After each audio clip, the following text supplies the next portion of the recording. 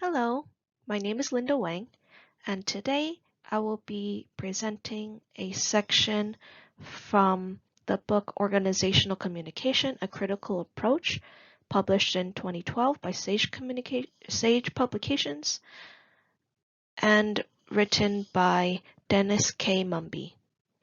This is going to be a section of Chapter 11, Leadership Communication in the New Workplace. Specifically, what I will be discussing today will be about transformational leadership. Transformational leadership is also known by a few different names. It is also known as the neo-charismatic approach, the neo-charismatic leadership, as well as leader as hero. This new method of understanding how to be a leader arose from the United States' 1980s economic crisis. During the years 1979 to 1982, the United States experienced a recession. And so during the 1980s presidential election, President Ronald Reagan, who was elected, had chosen to have a business-first attitude where the government would be taking no decisive action. From not taking any decisive actions, there was a deregulation of the financial world. Because of this deregulation, encyclopedia.com has explained about how there were scandals where some of the most successful business people were proven to be criminals.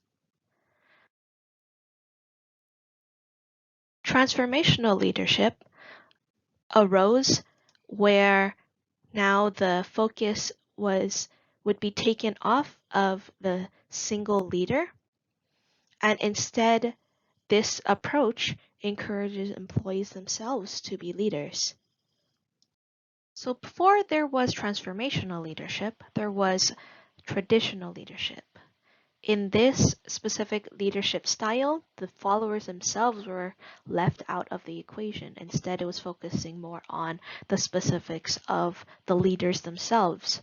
This was a more conservative understanding of leaders and followers. But because of the differences between the traditional leadership styles, as well as the inconsistent findings of different styles of leadership, it was hard to determine one best way of leadership. In this style of leadership, they emphasized skill set over the characteristics and behaviors of leadership. Transformational leadership was introduced by James McGregor Burns.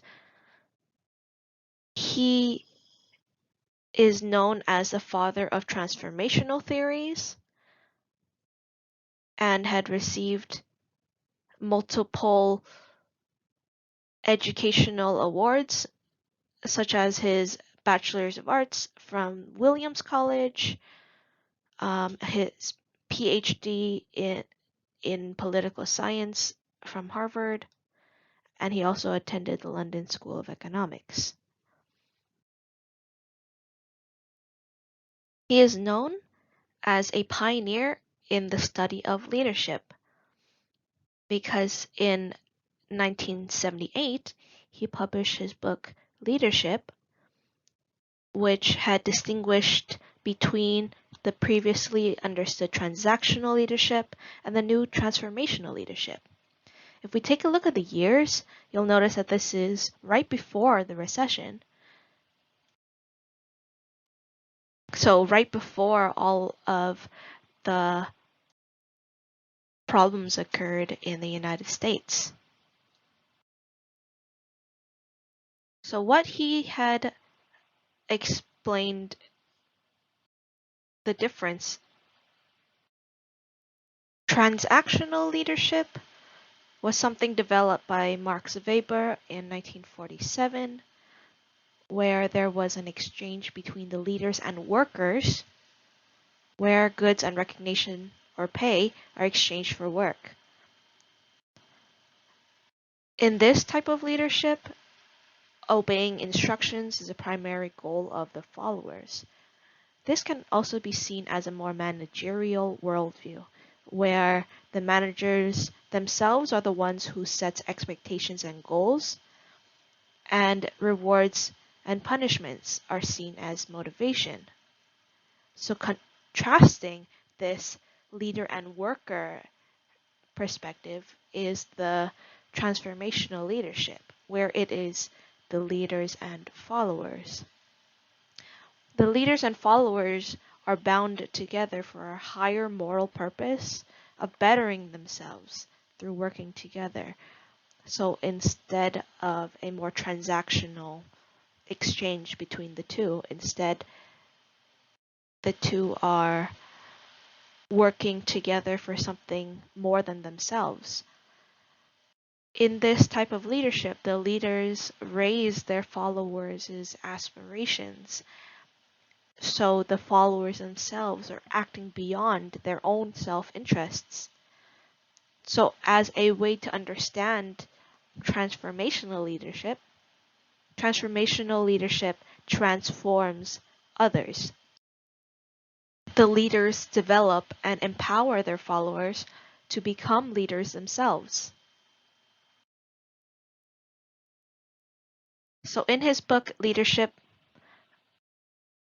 James McGregor Burns writes, "In real life, the most practical advice for leaders is not to treat pawns like pawns, nor princes like princes, but all persons like persons." So if you think about the specific wording between these pawns and princes, you see it as one being beneath you and one being completely above you, instead of seeing it as such drastically different positions. Everyone should be treated equally as people rather than a differentiation between their positions. Transformational leadership was elaborated in 1985 by Bernard Morris Bass. He was an industrial psychologist, and within transformational leadership, he characterized it by its impact it has on its followers. It was elaborated into these categories: charisma, inspiration, individualized consideration, and intellectual stimulation. Depending on the source, you may also see charisma and inspiration, where charisma is instead as idealized influence and inspiration is inspirational motivation, which can turn these categories into the 4 I's of transformational leadership. So idealized influence instead of charisma, inspirational motivation instead of just inspiration, intellectual stimulation, and individualized consideration.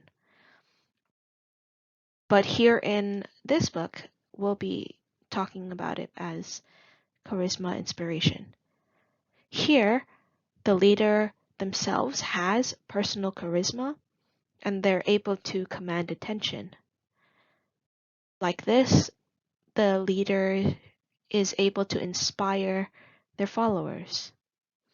For individualized consideration, the leader will create a more individualized approach where they're able to help the individual grow beyond themselves. For intellectual stimulation, the leader challenges their followers to think in a more innovative or creative way.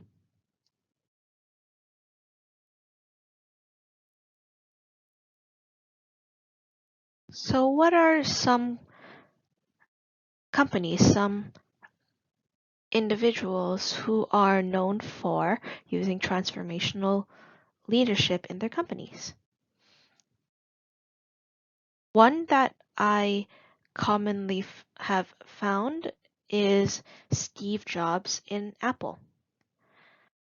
At the same time, for Steve Jobs, it is a yes and no for how he used the transformational leadership in the company as the CEO, because originally he was known for using a more autocratic approach in the company before he had ended up losing his position and then came back again as CEO,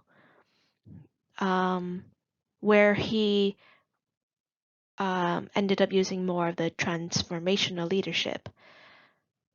This can also be seen in a quote from the Journal of Leadership Education, where it states, "In Jobs' presence, reality is malleable. He can convince anyone of practically anything. It wears off when he's not around, but it makes it hard to have realistic schedules." So from this, you can see that Steve Jobs was definitely the more charismatic and inspirational leader for the company. But this quote makes it also seem as if the followers were not fully taken into account for specifically talking about the realistic schedules. So because of that, I wanted to talk about specifically Apple because of the uh, double nature of it. But another couple of companies that I have found to be using transformational leadership are Netflix and Seven Rooms. So Reed Hastings, the chief executive officer of Netflix, he has made it so that the company focuses more on the total autonomy of workers, where they are even given unlimited vacation time as long as they are able to deliver results. For Seven Rooms, this is something in the hospitality industry where they have a quote that says, the place you go that knows you and treats you like a regular." Here they prioritize transparency, innovation, and meaningful connections.